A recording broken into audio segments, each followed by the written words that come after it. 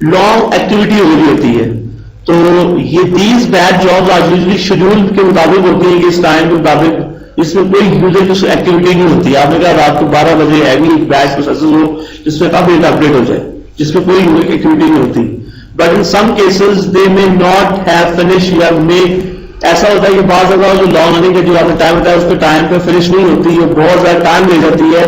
तो उसकी जरूरत उस सूरत में क्या लॉन्ग कंप्लीट होना शुरू हो जाते हैं। ठीक है, अच्छा अब ये वो तरीका बता रहे हैं कि कैसे आपने लॉग डिटेक्ट करना है। इस एक सेशन ने रिकॉर्ड लॉक किया हुआ है, उसने कमिट या रोलबैक के टूल में वेट कर रहा है, तो इसको डिटेक्ट करने के लिए ये आप ईएम के टूल्स को एसेस कर सकते हैं। ठीक है, इसमें ब्लॉकिंग सेशन कौन होता है जिसकी वजह से अगर ये यूजर ने रिकॉर्ड अपडेट कर दिया, उसने कमेंट नहीं किया और दूसरे यूजर सारे एक आया वो वेट में लग गया, दूसरा आया वो वेट में लग गया, तीसरा वेट में आया, किसकी वजह से? इसकी वजह से ना, ये ब्लॉकर, ये वो ब्लॉकर है ना ये, जिसकी वजह सारे 3 यूजर क्यू में लग गए। तो इसको क्या करना है, मुझे किल करना है, ताकि जैसे ही किल होगा तो इसकी एक्टिविटी परफॉर्म होना शुरू हो जाएगी। जब ये होगी तो उसकी हो जाएगी, ये होगी तो उसकी हो जाएगी। ये उस रूप में होगा एक रिकॉर्ड पे एक्टिविटी परफॉर्म हो रही है। तो इसको कैसे आइडेंटिफाई करना है? To resolve the lock conflict, तो have a session holding a lock commit या रोलबैक टर्मिनेट, या उससे कहें कि अपना जो डेटा कमिट या रोलबैक करें या सेशन टर्मिनेट कर दें।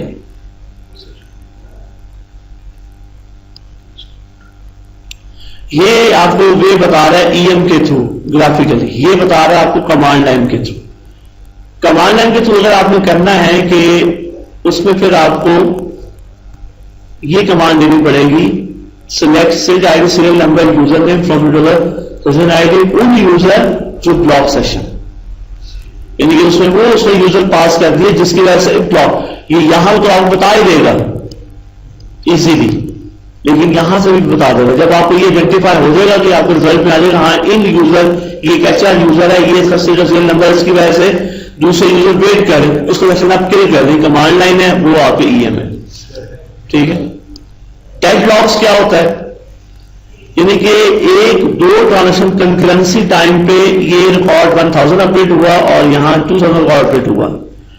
अच्छा, यहां पे क्या हुआ, बाय चांस ये रिकॉर्ड यहां अपडेट हो गया और ये रिकॉर्ड यहां अपडेट क्रॉस हो गया। तो उस सूरत में जिसकी वजह से जिसने ये फर्स्ट एक्टिविटी की, इसने की थी ना पहले, यानी कि इसने लिखा तो ये लॉक हुआ ना, तो इसने इट मीन्स कि ये भी हैंग हो, ये भी हैंग हो गया, ये हैंग हुआ इसकी वजह से, ये हैंग हुआ इसकी वजह से, लेकिन जो पहले हैंग हुआ तो कौन सा यूजर था? ये वाला यूजर था। तो ये कुछ देर के लिए लॉक रहेगा, कुछ सेकंड्स के लिए, उसके बाद ऑटोमेटिकली जिसने फर्स्ट टाइम ये किया था ना, लाइक इसका, उसको एरर उसकी कानून रोल बैक हो जाएगी, इसकी प्रोसेस हो जाएगी, इसकी क्या हो जाएगी, रोल बैक। किस यूजर को जो फर्स्ट जिसने अटेम्प्ट किया, यानी देखिए ना, इसकी एक्टिविटी इसने कर ली, इसकी एक्टिविटी इसने कर दी, लेकिन ये पहले इसने की है चूंकि, तो पहले ये जाएगा और ये इसकी एक्टिविटी परफॉर्म हो जाएगी।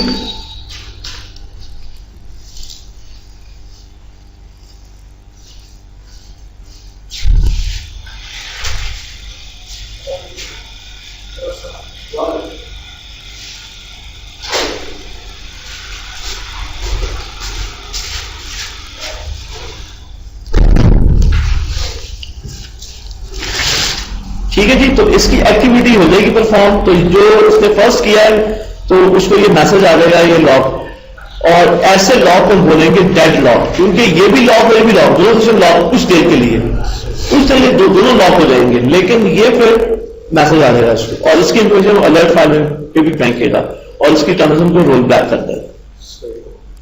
अच्छा, एक प्रैक्टिकल कर देते हैं।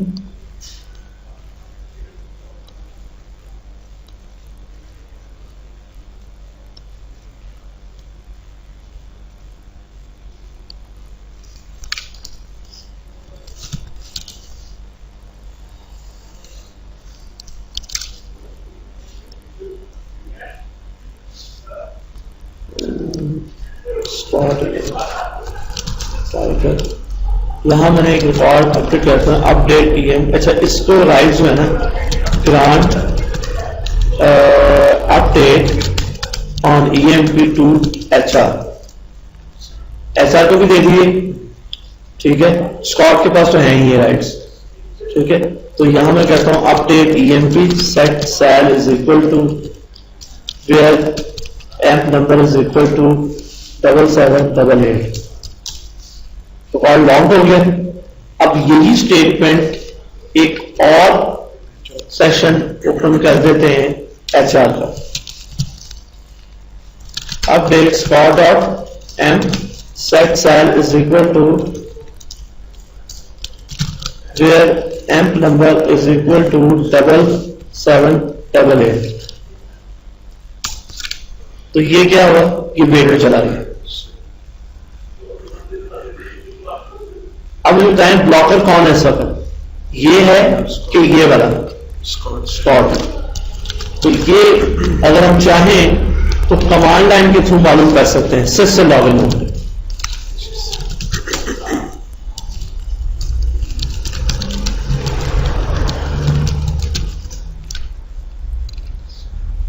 पेट्रोल डल गए, पेट्रोल डल गए। Yes sir. इतनी बोला तो बात सर वो थोड़ा प्रॉब्लम हो गया। चले छुट्टियां बड़ी करते, नहीं सर वो फौजी हो गए थे। चले जी। तो यहां पे कमांड लाइन के थ्रू ये क्यूरी चला दें। कहां चलानी है, सिस से।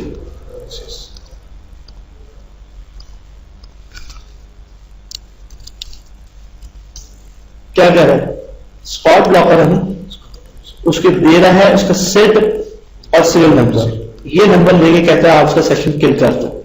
जैसे इसका आप स्पॉट का सेशन किल कर दोगे तो ये सेशन किल हो जाएगा। तो इस यूजर की जो वेट में भी स्टिल लगा है, इसकी एक्टिविटी परफॉर्म हो जाएगी। अब यही काम अगर आपको देखना है वेब पे, परफॉर्मेंस पे आएंगे।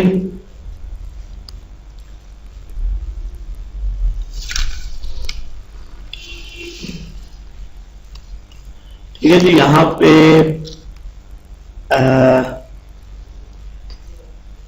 इंस्टेंस लॉग क्लिक करेंगे। ये देखिए खुद ही बता दिया उसने। भाई कहता है कि ये यूजर है स्कॉट, कहता है कि स्कॉट ने रिकॉर्ड लगाया, इसका सेशन आईडी भी आ रहा है, ठीक है, 140 जो यहां पे भी आ रहा था, ठीक है, कमांड लाइन के थ्रू, और सीरियल नंबर भी आ रहा है 125 वहां पे आ रहा था, ठीक है, उसकी स्टेटमेंट भी आ रही होगी, वो स्टेटमेंट। अब वो कहता है हुआ ये है कि ये एक ऑब्जेक्ट है ऑडिट, ये मैं आपको याद होगा मैं ट्रिगर लगाया था इस पे। इस टेबल में जाके वो क्या करता है, हमने जो ट्रिगर के थ्रू उसकी ओल्ड, जब वो सैलरी चेंज करता है तो वो उसकी ओल्ड सैलरी न्यू सैलरी इस टेबल में फेंकता है। तो याद होगा ट्रिगर में लास्ट में एक्सेस की थी, तो जब इस टेबल पे एक्टिविटी परफॉर्म हुई, अपडेट की, तो ट्रिगर में तो फायर होना था ना। अब ये वो कहता है कि ये ब्लॉकर है, जिसकी वजह से ये जो HR जो है ये क्या कर रहा है, वेट कर रहा है, ये डेटा है यहां पे। हाँ, अब इसकी स्टेटमेंट नजर आ रही है, ये देखिए जो वेट कर रहा है उसकी स्टेटमेंट आपको नजर आ रही है।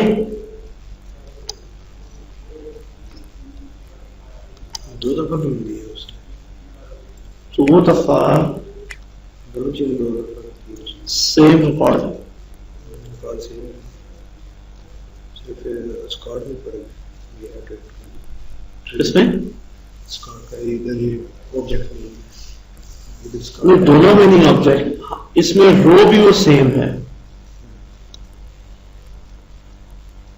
उसकी वजह पता क्या हो सकती है, उसकी वजह ये हो सकती है कि उसके ऑडिट के टाइम में तो रिकॉर्ड एक ही उसका अपना होना है, उसका अपना रखना है। अच्छा, ये भी स्पॉट 125 रिकॉर्ड रिपीट है।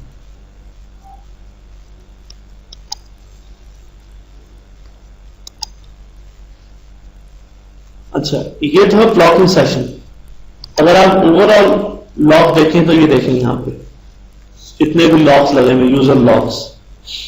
एचआर पे ये लॉक लगा हुआ है इस टेबल पे, स्कॉट सर जो है ब्लॉकर है ये स्पॉट के, क्योंकि इसमें एक्चुअली हुआ ये है कि इसमें ट्रिगर भी इसमें इन्वॉल्व हो गया ना, क्योंकि जब आपने जब अपडेट किया तो ट्रिगर भी फायर होगा, और ट्रिगर के अंदर क्या लिखा होगा, एक नए टेबल में जाके एंट्री कर। एक मिनट,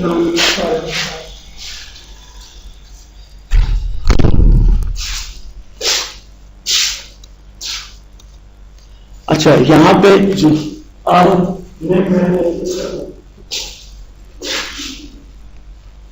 नए टेबल पे जो ऑडिट एम सैलरी है उस पे भी क्या कर रहा है, रिकॉर्ड अपडेट कर रहा है। जब आप यहां पे एम के टेबल पे अपडेट करोगे तो हमने उस टेबल में क्या लिखा हुआ है कि उसकी ओल्ड सैलरी कहां रखेगा, ऑडिट एम सैलरी। ये जो लास्ट हमने से पढ़ा था उसको रिपीट कर देना उसको।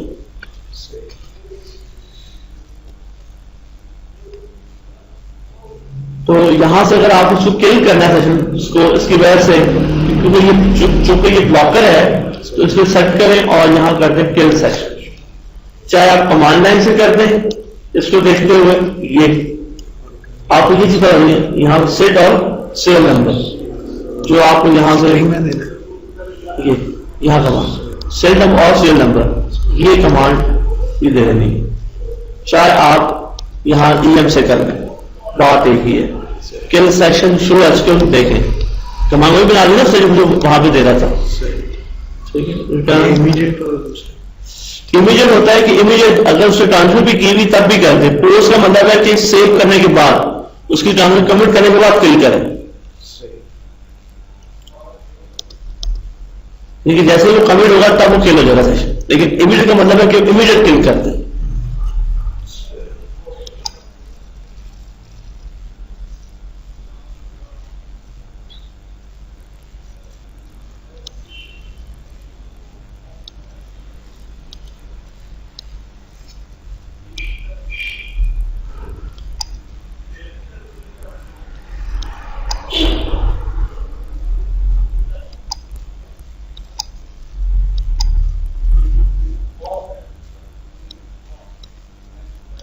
कहने की ऐसा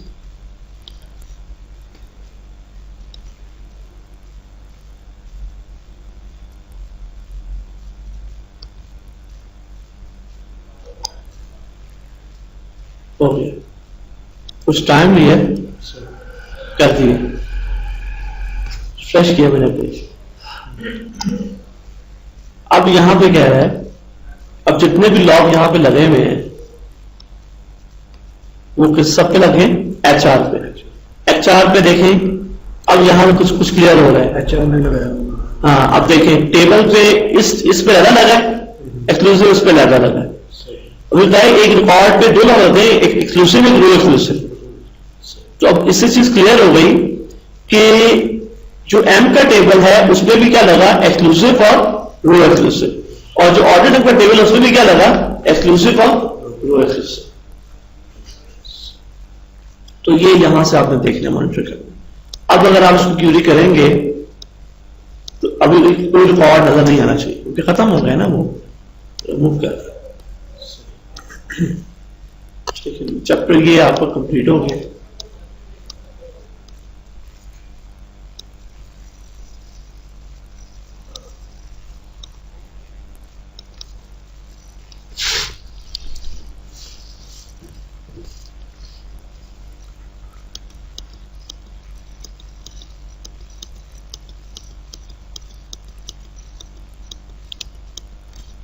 ये छोटा सा चैप्टर इसको भी पढ़ लेते हैं। अंडू का managing undo data. Undo data क्या होता है, जिसमें क्या जाती है, ओल्ड वैल्यू। और अंडू डाटा कहां होता है, अंडू टेबल स्पेस में। अंडू टेबल स्पेस में क्या होते हैं, अंडू सेगमेंट्स। और अंडू सेगमेंट में क्या होता है, अंडू का डाटा होता है। इन अंडू टेबल में, अंडू सेगमेंट में डेटा ऑरेकल खुद राइट करता है, खुद रीड करता है, खुद मैनेज करता है। हमें सिर्फ जो यहाँ पे कॉन्फ़िगरेशन की जो जरूरत है वो ये जरूरत है कि उसमें अंडू टेबल स्पेस का साइज, अंडू टेबल का साइज इतना सफिशिएंट हो कि उसमें अंडू सेगमेंट्स बन सके और वो मल्टीपल यूजर्स को हैंडल कर सके। आपका अंडू टेबल का साइज सही कॉन्फ़िगर नहीं होगा तो आपकी जाहिर वाले डीएमएल की परफॉर्मेंस लो हो जाएगी।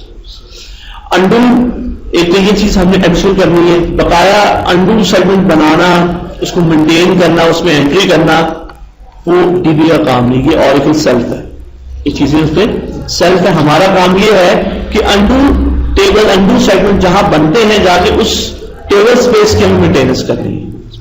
या हमें ये चीज देखनी है कि अगर एक यूजर ने रिकॉर्ड अपडेट किया तो डेटा कहां चला जाएगा, वो वैल्यू अंडू में चली जाएगी।